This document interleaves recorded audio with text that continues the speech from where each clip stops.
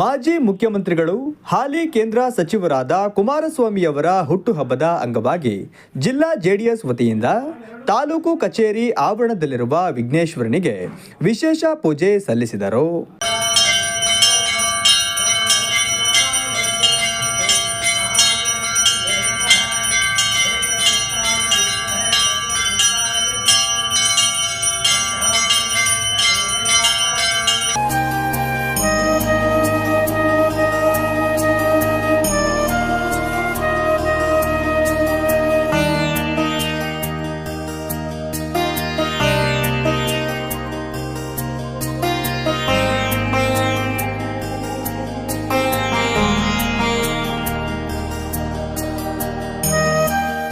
JDS ಜಿಲ್ಲಾಧ್ಯಕ್ಷರಾದ Ranjan Ajit ಅವರು ಮಾತನಾಡಿ, ಇಂದು ನಮ್ಮ ನಾಯಕರು ಮಾಜಿ ಮುಖ್ಯಮಂತ್ರಿ ಎಚ್.ಡಿ. ಕುಮಾರಸ್ವಾಮಿಯವರ ಹುಟ್ಟುಹಬ್ಬ.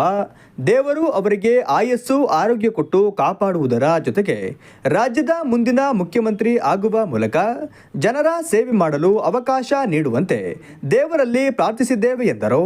ನಮ್ಮ ನಾಯಕರಾದ ಮತ್ತೆ ಮಾಜಿ ಮುಖ್ಯಮಂತ್ರಿಗಳು, ಕೇಂದ್ರದ ಬೃಹತ್ ಕೈಗಾರಿಕಾ ಮಂತ್ರಿಗಳು ಆಗಿರುವಂಥ ನಮ್ಮ ಎಲ್ಲರಿಗೂ ಪ್ರೀತಿಯ ಅಣ್ಣ ಕುಮಾರಣ್ಣನ ಇವತ್ತು 66ನೇ ಜನ್ಮದಿನದ ಶುಭವನ್ನು ಕೋರ್ತಾ ಇವತ್ತೆಲ್ಲ ನಮ್ಮ ಮುಖಂಡರುಗಳು ಸೇರಿಬಿಟ್ಟು ನಾವು ಪ್ರತಿ ವರ್ಷವೂ ಏನು ಈ ಜನ್ಮದಿನದ ದಿವಸ ನಾವು ಪೂಜೆಯನ್ನು ಮಾಡಿಸ್ತೀವಿ.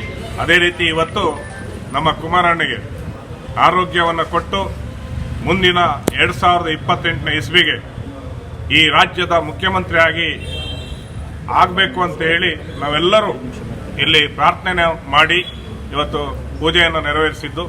ಅದೇ ರೀತಿ ನಮ್ಮ ಕುಮಾರಣ್ಣ ಇವತ್ತು ರೈತರ ಪರವಾಗಿ 2 ಬಾರಿ ಮುಖ್ಯಮಂತ್ರಿಯಾಗಿ, 1 ಬಾರಿ ಸಾರಾಯಿ ನಿಷೇಧ, ಲಾಟರಿ ನಿಷೇಧ ಮತ್ತು ಹಲವಾರು ಗ್ರಾಮ ವಾಸ್ತವ್ಯ, ಏಡ್ಸ್ ರೋಗಿ ಮನೆಗೆ ಹೋಗಿ ಅವರಿಗೆ ಧೈರ್ಯ ತುಂಬಿರುವಂಥ ಕಾರ್ಯಕ್ರಮಗಳು, ತುಂಬ ಒಳ್ಳೊಳ್ಳೆ ಕಾರ್ಯಕ್ರಮವನ್ನು ಮೊದಲೇ ಹೇಳ್ತೀನಿ. 2ನೇ ಬಾರಿ ಮುಖ್ಯಮಂತ್ರಿಯಾಗಿ ಅವತ್ತು 25,000 ಸಾಲ ಮನ್ನಾ ಮಾಡಿದ್ರು. ಆದರೆ 2ನೇ ಬಾರಿ ಮುಖ್ಯಮಂತ್ರಿ ಆದಾಗ ಏನು 25 ಲಕ್ಷ ಕೋಟಿ, ಸಾವಿರ ಕೋಟಿ ನಮ್ಮ ಕರ್ನಾಟಕ ರಾಜ್ಯದಲ್ಲಿ ಪ್ರಥಮ ಅಂತ ನಾನು ಹೇಳಲಿಕ್ಕೆ ಬಯಸ್ತೀನಿ. ಜನತೆಗೆ ಒಂದು ಸುವರ್ಣ ದಿನ, ಅದು ಕುಮಾರಣ್ಣನ ದಿನ. ಕಾರಣ ರೈತರ, ಕಾರ್ಮಿಕರ, ಮಹಿಳೆಯರ ಎಲ್ಲರ ಹೆಂಗರಳಿನ ಕಷ್ಟ ಸುಖಗಳನ್ನು ಅರಿತಂಥ ದಿನ.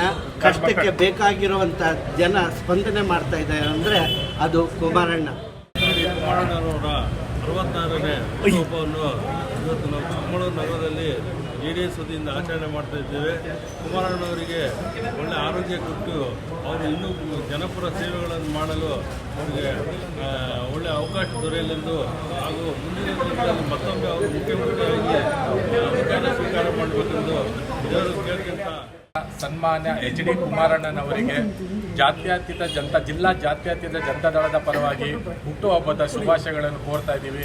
ಆ ಭಗವಂತ ಅವರಿಗೆ ಆಯುರ ಐಶ್ವರ್ಯ ಎಲ್ಲ ಕೊಟ್ಟು ಕಾಪಾಡಲಿ ಅಂತ ಈ ಮೂಲಕ ಕೇಂದ್ರ ಸಚಿವರು ಆದ ಎಚ್.ಡಿ. ಕುಮಾರಣ್ಣವರಿಗೆ ಹುಟ್ಟುಹಬ್ಬದ ಶುಭಾಶಯಗಳು ಈ ಮೂಲಕ ಕೇಳಿದರೆ ದೇವರು ಅವರಿಗೆ ಆಯುಷ್ಯ ಆರೋಗ್ಯ ಕೊಟ್ಟು ಮುಂದಿನ 2028ರಲ್ಲಿ ಅವರು ನಮ್ಮ ಕರ್ನಾಟಕ ರಾಜ್ಯದ ಮುಖ್ಯಮಂತ್ರಿಯಾಗಿ ಅಧಿಕಾರ ಸ್ವೀಕರಿಸುತ್ತಾರೆ ಹೇಳ್ತಾ ಈ ಮಾತನ್ನು.